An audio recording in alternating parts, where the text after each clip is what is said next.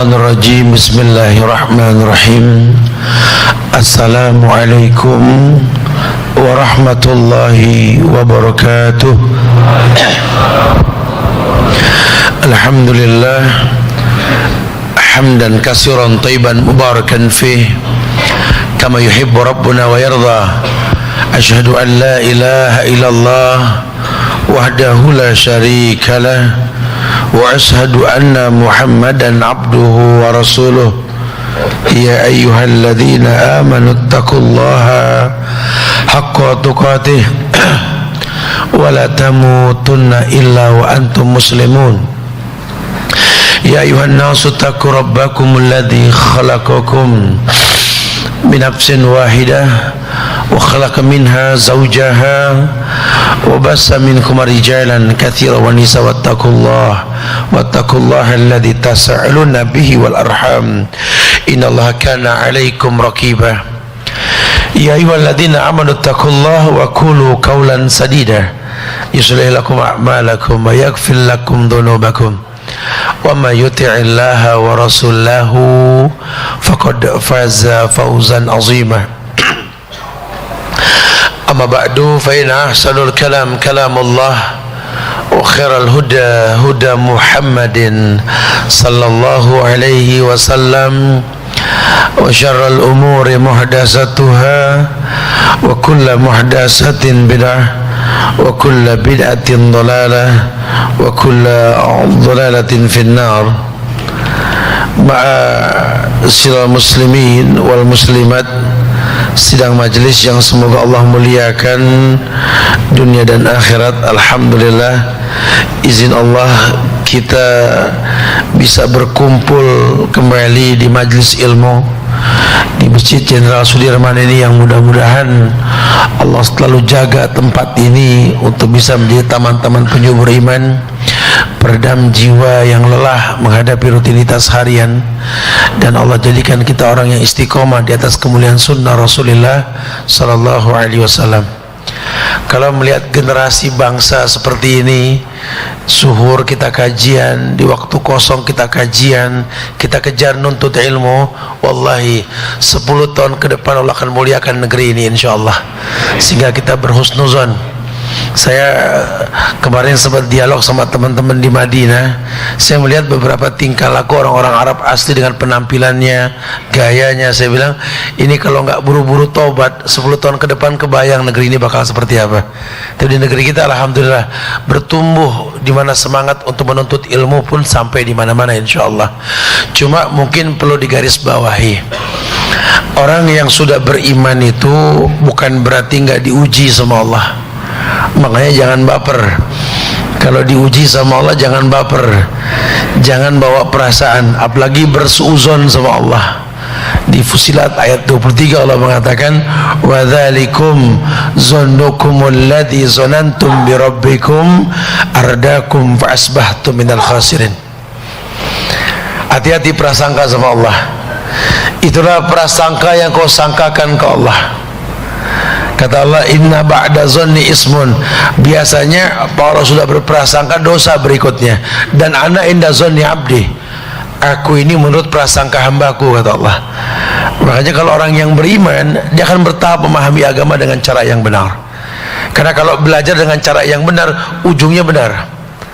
Kayak orang yang ngerti cara menanam sebuah pohon, berharap memetik buah yang random, panen yang sukses. Kalau caranya betul, akhirnya betul. Tapi kalau kita nggak paham caranya, berujung pada sebuah keburukan. Wa iyadu billah wa na'udzubillah.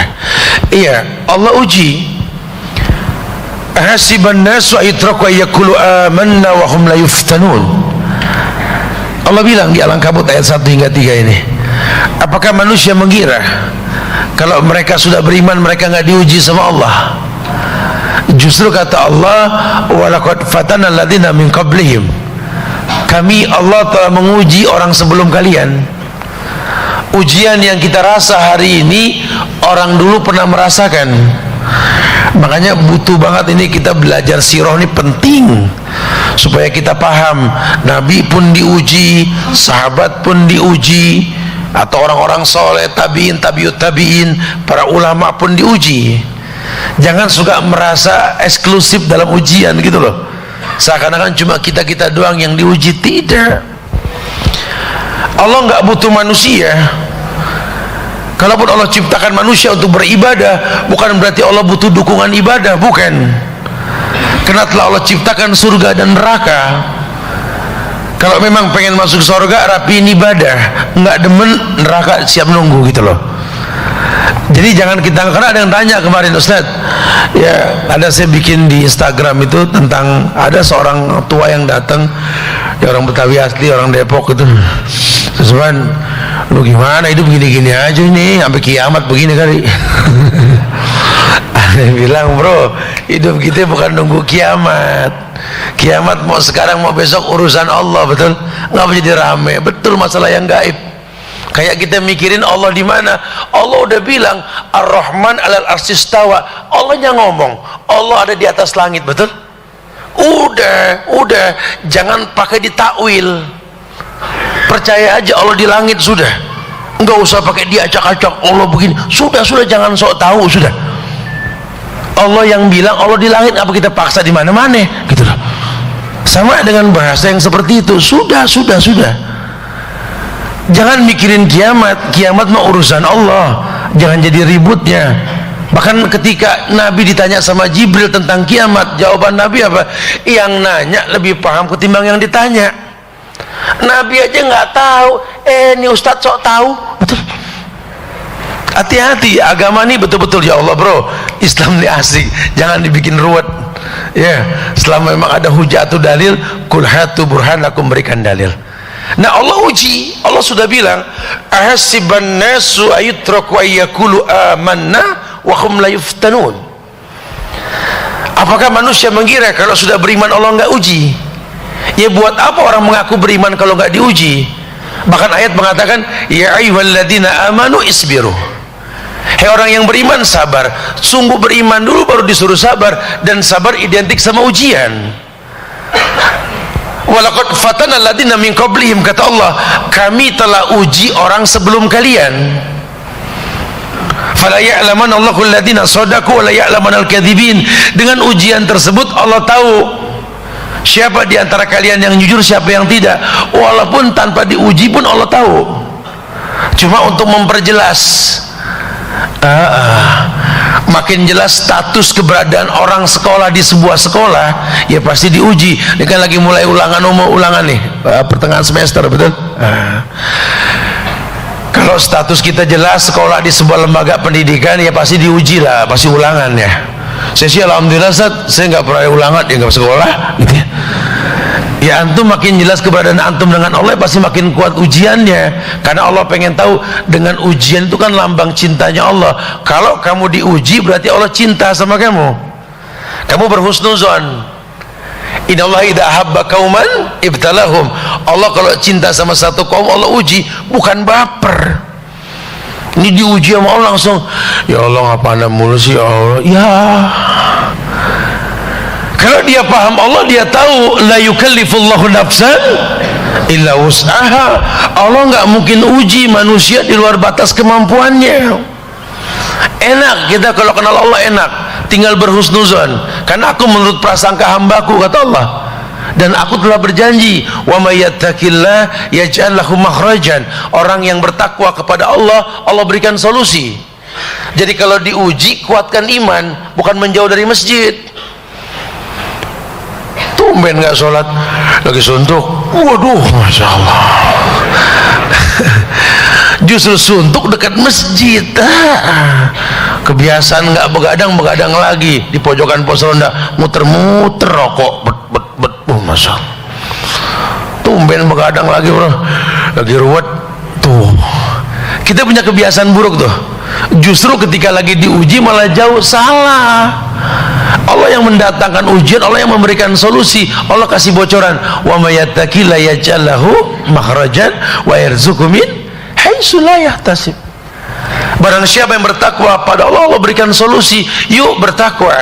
Makin banyak ujian, makin dekat sama Allah.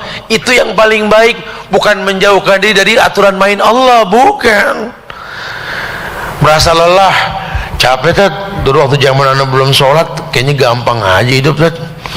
Ini pas rajin sholat di MJS, ya Allah Tat, ujian Masya Allah. Makanya anak off dulu seminggu nih. Wow, off dulu seminggu, dahsyat bener. Jangan ya. Tapi surat Al-Maidah ayat 39, arahan disuruh bertobat. Faman taba min ba'di zulmihi wa aslaha fa innallaha yatubu alaihi innallaha ghafurur rahim. Ternyata memang ujian yang Allah ujikan itu pelebur dosa. Cara Allah melebur dosa seseorang, Allah uji dia. Ya, Allah uji. Buat orang yang beriman, kalau dia tahu ujian ini melebur dosa, dia akan bertobat. Karena ayat ini mengatakan, Al-Maidah 39 tadi mengatakan, faman taba min ba'di zulmihi, maka barang siapa yang bertobat ya sesudah melakukan kejahatan, min ba'di zulmihi wa aslaha, kemudian dia memperbaiki, mengislah, fa innallaha yatubu alaih, Allah pasti terima tobatnya. Innallaha ghafurur rahim. Ingat, Allah tuh ghafurur rahim. Allah Maha Pengampun, Maha Kasih. Tapi perhatikan, Ghafurur Rahim, enggak pernah ketemu ayat Ghafurur Rahman. Padahal Ar-Rahman Ar-Rahim artinya sama. Yang Maha Pengasih, yang Maha Penyayang. Bedanya di mana? Nanti buka tafsir Ibnu Katsir. Bismillahirrahmanirrahim, tafsir itu. Ar-Rahman Ar-Rahim. Ar-Rahman ini asal kata, Ar-Rahim isim mustaq yang diambil dari kalimat Rahman. Sama-sama Allah Maha Pengasih. Cuma bedanya kalau Rahman dunia akhirat. Hati orang kafir benci banget sama Islam, tetap adem sama hujan, dikasih oksigen, digampangin rezeki. Lihat, Masya Allah, tetap Allah kasih nikmat. Masjid dibikin nyempil, ditutup sama gedung, betul kan, bikin pegel. Allah kasih nikmat, gampang aja rezeki. itu rahmannya Allah tuh ya. Kalau Rahim di akhirat saja, makanya kalimatnya Ghafurur Rahim, Allah Maha Pengampun walaupun terlambat kita minta ampun ya. Jadi nggak apa-apa, jangan lelah mendakwakan orang. Orang tua kita beda agama, keluarga kita nggak setuju dengan pemahaman sunnah kita, dia jangan putus asa. Yang penting bimbing dia sampai akhir hayatnya. Kalau perlu, lakinu mautakum la ilaha. Ya, Nabi udah contohin, yang orang tuanya beda agama, bukan cuma kita doang, hatta paman Rasul Abu Thalib, betul? Sampai meninggalnya pun didakwai sama Rasul. Qul ya ammi la ilaha illallah kalimatun uhajjulaka biha indallah. Wahai pamanku, katakan la ilaha illallah, kalimat yang aku bisa berhujah di hadapan Allah, engkau seorang mukmin. Enggak bisa. Kita cuma bisa nyimpulin Nabi mendakwakan sampai akhir hayat. Kita baru dakwah 2 kali sama saudara, pegel. Enggak lagi-lagi dia jatuh. Sampai mati bro, dakwain orang tua kita, ini saudara kita, sampai mati. Paling enggak akhir hayatnya la ilaha. Kalau dia udah bilang la ilaha illallah, dia muslim. Nabi yang bilang, man kana akhiru kalamihi la ilaha illallah dakhalal jannah. Orang yang akhir kalimatnya la ilaha illallah, surga. Jaminannya surga. Kenapa? Karena doa yang hidup masih bisa sampai. Dan orang mati butuh doa orang yang hidup. Ini kan lagi tren nih ya, di up di YouTube, di sosmed, orang pada ngiterin kuburan dibagus-bagusin, dikasih lampu, diminta-minta. Astagfirullahaladzim, bahaya sekali. Tidak ada yang namanya orang mati diminta, tidak ada. Ayyum aqrabu yarjuna rahmatahu. Ini lebih dekat kita ke Allah yang hidup atau si mati ke Allah? Allah ajak manusia berpikir di surat Yunus itu. Coba suruh berpikir, dekatan mana kita, yang hidup ke Allah apa yang mati ke Allah? Ya yang hidup.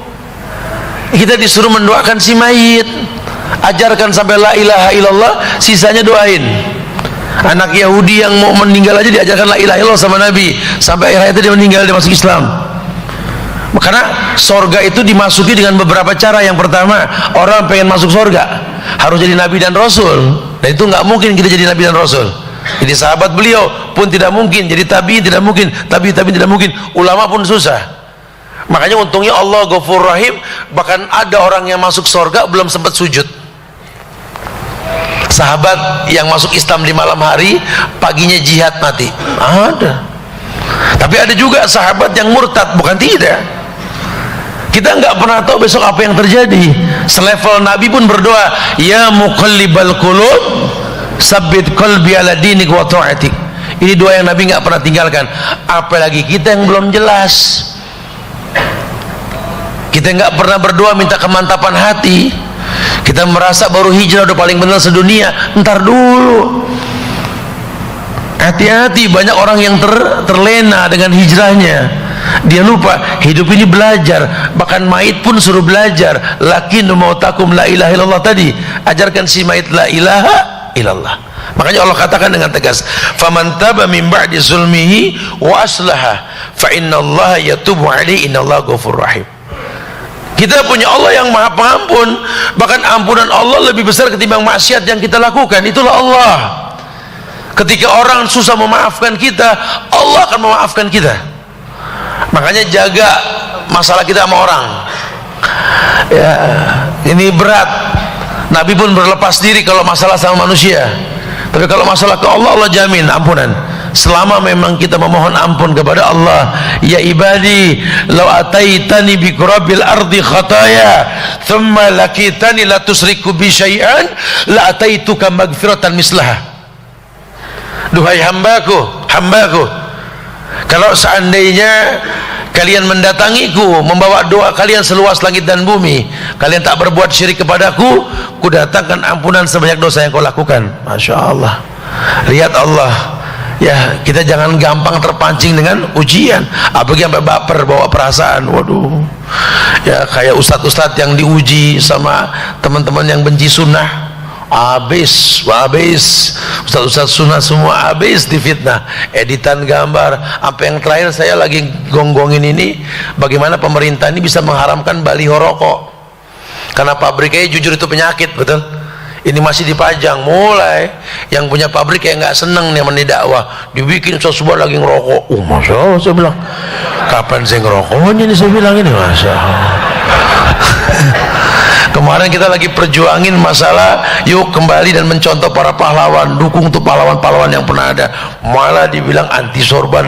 Ini negeri Masya Allah. Tapi jangan baper, jalan terus. Kok nggak dibalas, kan yang menghujat orang Islam. Kalau yang menghujat orang kafir kita jihad, betul. Orang Islam kan harus ruhama bainahum, saling mendoakan, itu lebih baik. Mungkin dia belum tahu. Enggak ada hukum buat orang yang belum tahu ya dikasih tahu gitu loh. Jadi jangan baper, hidup ini jangan gampang bawa perasaan.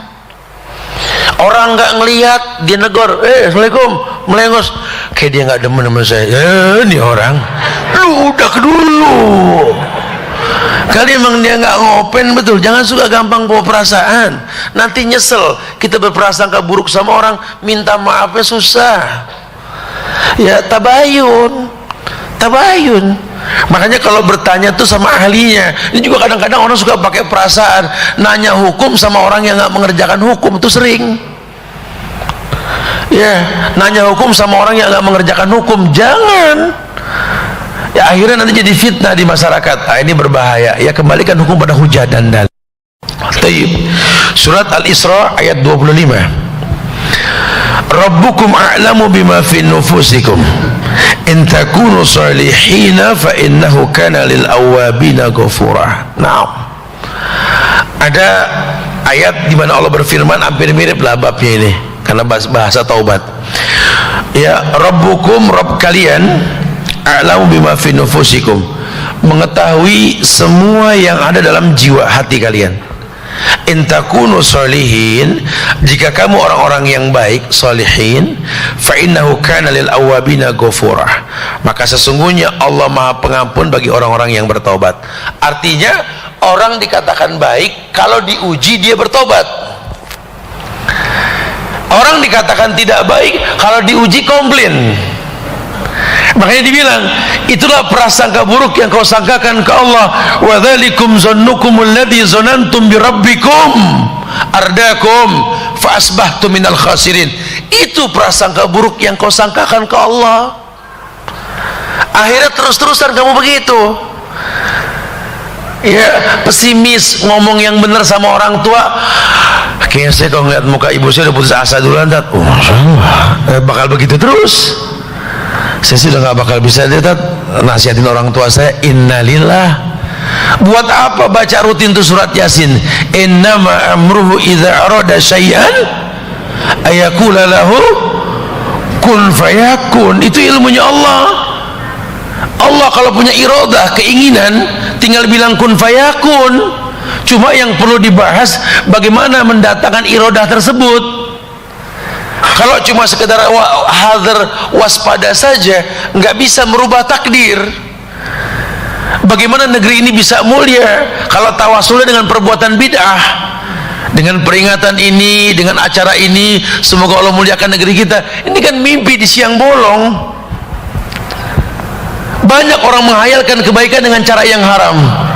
Semoga dengan pinjaman riba Cina ini negeri ini mulia. Kan betul. Ini terjadi bukan tidak, dan ini nggak bisa dibiarkan. Saya dengar tadi masalah donor darah, betul, alhamdulillah. Karena jujur nih, ini yang belum kita kritisi dan sedang kita usahakan, mudah-mudahan MJS jadi cikal bakal yang baik nih. Kalau kemarin kita bicarakan tentang bank-bank konvensional, antum ngayal surga dengan cara riba, mimpi di siang bolong. Sama dengan darah. Ini kebutuhan darah per hari, ini nggak tahu berapa juta liter ini. Jujur, di antara sekian banyak manusia ini yang sering donor darah siapa? Nggak apa-apa, katakan. Tuh, 2, 3, 4, 5, 6, 7, 8, 9, 10, 11, 12, 13 dari sekian ribu atas bawah ini loh. Ini yang angkat tangan tiap bulan, goyang pala, betul lah. Enggak tiap bulan. Terus kebutuhan darah selama ini darah mana tuh yang masuk ke badan kita? Jangan-jangan suplai dari Cina juga tuh darah, betul? Inna syaitan yajri min ibni Adam majrad dam. Nabi sudah bilang, ini setan jalan di badan anak Adam melalui aliran darah. Kita nggak makan babi, kita nggak makan yang haram, kita nggak minum yang haram. Cuma darah orang yang makan minum haram masuk ke kita, sama nggak? Ya kan kita nggak tahu, Ustadz. Iyalah, orang nggak tahu nggak dosa. Cuma kalau kita kan nggak tahu kalau ini babi, terus berubah jadi kelinci. Enggak bro, tetep babi. Yuk kita perjuangin yuk. Kita punya bank darah syariah. Gimana caranya tuh? Karena istri kita lahir, adik kita lahir, tetangga kita lahir, keluarga kita lahir, tuh butuh suplai darah, betul. Darah siapa tuh? Makanya kita nggak greget sama orang kafir sekarang. Kenapa? Darah kafir masuk ke badan kita. Biarin, habis ini dicegat kita di depan, biarin deh ya. Kalau kita nggak mulai, kapan lagi, betul nggak? Oh, ini mengalir darah Indonesia di badan kita. Negeri ini perlu dijaga. Itu pahlawan berani bambu runcing lawan senjata canggih, darahnya nggak terkontaminasi barang haram. Anda bicara jihad cuma suplainya yang haram, yang nggak bakal bisa. Bagaimana mau bicara jihad kalau yang masuk barang haram? Enggak akan pernah bisa. Antum pengen punya anak ulama yang masuk haram pun tidak bisa. Ayo, yuk, kalau gitu kita budayakan donor darah. Kalau perlu kita punya bank darah syar'i. Takutnya dioplos darah kita lagi ntar ya. Jadi kalau udah suplai darah nih, jelasin nih, darah fulan bin fulan, fulan bin fulan, jadi jelas. Masya Allah. Tuh orang-orang Suriah darahnya Khalid bin Walid itu. Saya lagi heran kenapa mereka nggak bisa masuk ke Indonesia. Bantu mereka supaya darah Khalid bin Walid ini masuk di Indonesia. Yang diizinkan darah-darah Tionghoa, mau bilang apa? Ini mau sampai kapan kita seperti ini? Negeri ini butuh usaha untuk lebih baik, dan kita ingin lebih baik. Makanya ujian yang berat yang kita hadapi ini jangan pakai perasaan, pakai ilmu sikapi. Allah menginginkan kebaikan. Yuridullahu bikumul yusra wa la yuridullahu bikumul usra. Maka dikatakan Rabbukum a'lamu bima fi nufusikum in takunu salihin fa innahu kana lil awabina ghafura. Allah yang mengatakan sesungguhnya Rabb kamu tahu semua apa yang di hati kamu. In takunu salihin, kamu berbuat yang baik atau tidak, fa innahu kana lil awwabina ghafura. Ketahuilah Rabb yang kamu sembah Allah di situ Maha Pengampun bagi orang yang bertobat. Yuk, ujian jangan jadi baper, tapi bertobatlah, karena nggak mungkin ada asap kalau nggak ada api, pasti ada hukum sebab akibat ya. Bela saudara kita, tapi lihat penyebabnya supaya jangan salah dalam pembelaan kita. Semoga Allah jaga ukhuwah kita dan Allah muliakan negeri ini insyaallah ya. Yuk berdialog, silakan yang mau bertanya. Akhiru da'wana alhamdulillahi rabbil alamin ya. Yang punya aktivitas silakan, yang mau bertanya pun silakan, fadhal.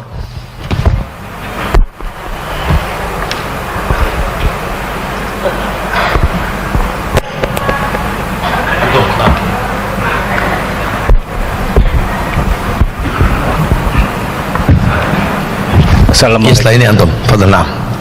Ya. Assalamualaikum warahmatullahi wabarakatuh. Waalaikumsalam warahmatullahi wabarakatuh. Tadi Ustadz sampaikan kita tidak boleh berdoa atau minta doa di kuburan. Ya. Kalau kita minta doa ke Ustadz gimana? Itu aja. Iya, perlu diluruskan bahwa antum bicara tawasul, berarti tawasul dalam Islam itu merupakan sebuah syariat. Boleh kita bertawasul dalam Islam itu boleh, tapi kepada sesuatu yang mampu ditawasuli. Dulu sahabat, ada Nabi datang ke Nabi bertawasul, ya Rasulullah ud'ullah lana, ya Rasulullah berdoalah kepada Allah untuk kami. Itu dulu boleh datang ke Rasul. Rasul wafat, tidak ada satu sahabat pun yang datang ke makam Rasul untuk minta, kecuali ziarah syariat. Mereka datang ke Abbas, paman Rasul. Kenapa paman Rasul? Keluarga Rasul. Makanya kita betul-betul mencintai keluarga Rasul, betul-betul keluarga Rasul ya. Allahumma sholli ala Muhammad wa ala ali Muhammad. Semoga Allah bersalawat untuk keluarga Muhammad. Kita dukung keluarga Rasul. Keluarga Rasul itu barisan paling depan kalau perang, itu garda yang mesti kita bela. Tapi betul-betul keluarga Rasul. Siapa keluarga Rasul? Orang yang mendakwahkan tauhid, orang yang tidak mengajak orang berbuat syirik, apalagi bid'ah. Itu keluarga Rasul. Keluarga Rasul nggak makan sedekah atau zakat. Keluarga Rasul betul-betul manusia yang dimuliakan oleh Allah dengan sekian banyak kemuliaan. Kita datang ke mereka minta doa boleh. Abbas dulu nggak ada yang datang ke makam Rasul, berarti boleh datang ke orang soleh, datang ke orang tua kita. Orang jadi orang tua tuh kata ulama kayak naik mimbar nggak turun. Orang jadi orang tua punya anak, kita nih orang tua sekarang itu kayak naik mimbar nggak bakal turun, nggak ada bekas orang tua. Makanya orang jadi orang tua itu mustajab, doa paling mustajab di muka bumi ini doa orang tua ke anak. Datang ke orang tua kita, Pak, Mah, doain anakmu ini biar digampangin rezekinya, boleh. Itu nggak akan pernah bisa. Guru kita itu mimbar yang nggak bisa turun juga, nggak ada bekas guru. Karena dia orang soleh datengin, assalamualaikum Pak, Bu, Pak Guru, Bu Guru atau Ustaz, Ustaznya, doain ini murid antum, antuna, baga bisa gampang istiqomah di atas sunnah, boleh. Atau doa orang yang terzolimi, kata Rasul, di mana tak ada hijab antara dia dengan Allah, boleh. Doa anak-anak yatim, doa orang yang sakit, masya Allah, nah, itu boleh bertawasul. Atau bertawasul dengan ilmu antum, dengan amal soleh, boleh. Masya Allah. Jadi semoga Allah mudahkan kita untuk bisa bertawasul di tempat. Tapi kalau kita datang ke mayit, Masya Allah, jangan kata dia jawab doa kita, jawab salam aja udah susah. Kita kalau ketemu orang assalamualaikum, tungguin, waalaikumsalam, alhamdulillah. Tapi kalau lewat kuburan assalamualaikum ahlal kubur, nggak usah tungguin salam, nggak usah tungguin, nggak jalan belum nyaut, nggak bakal nyaut gitu ya. Jawab salam susah, lagi yang lain. Antum fadhal. Bismillahirrahmanirrahim. Assalamualaikum Ustaz. Waalaikumsalam.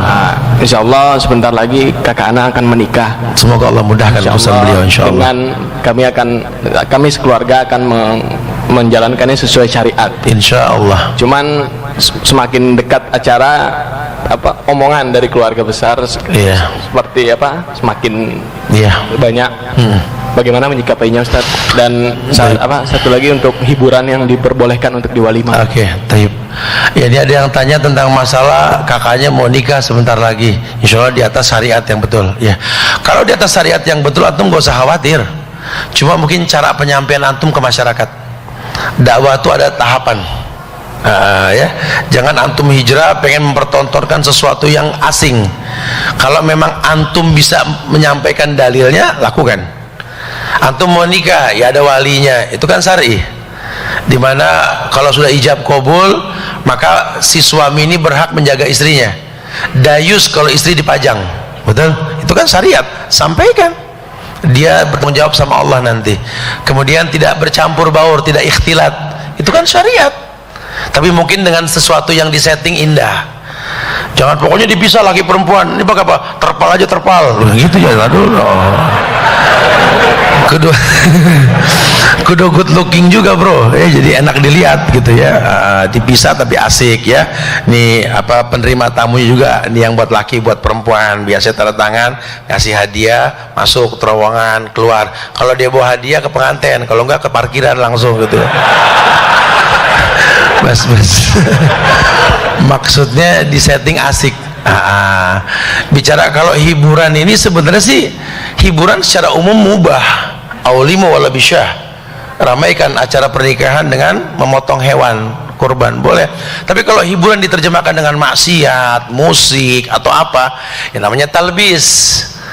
Walam yalbisu imanakum bizulmin ulaika lahumul amnu wa hum muhtadun. Kalau rumah tangganya mau tentram, bener, rapi, jangan talbis. Tinggal antum jelaskan saja. Kebetulan kami nggak suka dengan musik, tapi kami suka dengan nasyid. Ya bisa, murotal yang suaranya indah gitu ya. Sebenarnya sih masalah begitu-begituan nomor sekian lah, yang penting makanannya kan begitu ya. Kalau enak orang udah nggak peduli ya. Wallahu a'lam bishawab. Barakallahu fiik. Naam ya. Ada lagi yang tanya, silakan. Fadhal. Antum naam. Sini mulu, yang lain mana enggak ada. Enggak apa-apa. Bismillahirrahmanirrahim. Assalamualaikum Ustaz. Waalaikumsalam. Saya 26 tahun hidup bersama tante saya. Tapi saya 26 tahun saya hidup sama tante saya, tapi saya masih punya ibu yang masih hidup. Masya Allah. Kebetulan saya jauh sama beliau. Beliau di Depok sih, saya di Jakarta. Tapi jauh tuh. Tapi alhamdulillah saya juga masih bakti sama orang tua saya. Tapi memang saya dibesarkan sampai saat ini sama tante saya. Apakah saya memuliakan tante saya sama seperti dengan ibu saya? Taib. Nah, jauh di Sunter Cibinong jauh. Dempet ya. Akhi, wallahu alam biswaf. Hukum sudah baku. Ibumu, ayahmu. Sehingga kalau nanti antum tinggal bersama ayah, bukan berarti ibu di nomor 2 kan. Pun bersama ibu bukan berarti ada kebencian dengan ayah. Ini kan kadang buruk terjadi ketika broken home ini perpisahan rumah tangga karena kebencian. Akhirnya yang sering terjadi kalau anak dekat ibunya pasti benci sama ayahnya, dekat sama ayahnya benci sama ibunya. Ini kesalahan yang fatal. Mereka ada bekas suami istri ya, tapi kan kita nggak ada bekas orang tua dan bekas anak gitu ya. Jadi kitanya aja yang dewasa. Kadang anak lahir di muka bumi ini orang tua bermanfaat buat dia, tapi kadang Allah lahirkan kita di muka bumi ini untuk bermanfaat dengan orang tua kita. Makanya jangan rubah itu. Bakti antum tetap tanpa menomorduakan ibu antum. Semoga Allah jadikan antum mulia buat mereka berdua insyaallah ya. Ada lagi, fadhal. Antum naam. Setelah ini antum fadhal naam.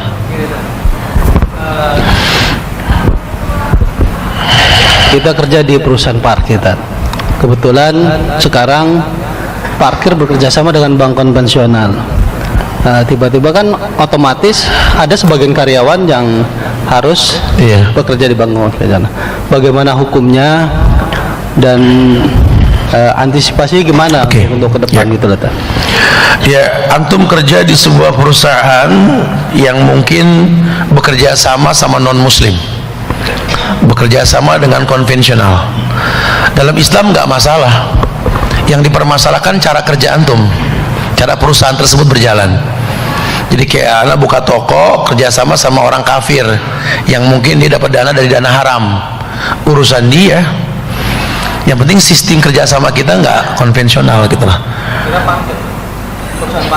Iya, manajemennya gimana? Maksudnya manajemennya konvensional tidak? Kalau enggak sudah.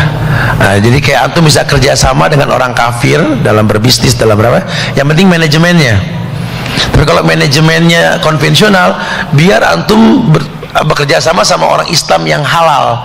Kalau manajemennya konvensional ya haram. Jadi yang dibicarakan manajemennya. Ya, wallahu a'lam bishawab. Atau lagi, fadhil siapa? Antum nam. Ya. Assalamualaikum Tad. Waalaikumsalam. Kalau seorang muslim kerja di perusahaan tapi kliennya tuh klien rokok, itu hukumnya gimana? Oke, itu aja. Wala ta'awanul ismi wal udwan. Kalau klien ini bicara orang yang memang membutuhkan pekerjaan tersebut atau dibutuhkan, ini antum jangan tolong-menolong dalam hal yang haram. Antum nggak merokok, cuma antum mensuplai rokok, ya sama. Antum terkesan nggak melakukan dosa cuma gara-gara antum orang berbuat dosa. Di Islam ini sesuatu yang haram semua caranya haram. Wala taqrabu zina, bukan zinanya yang dibahas, udah pasti haram. Mendekatinya aja nggak boleh.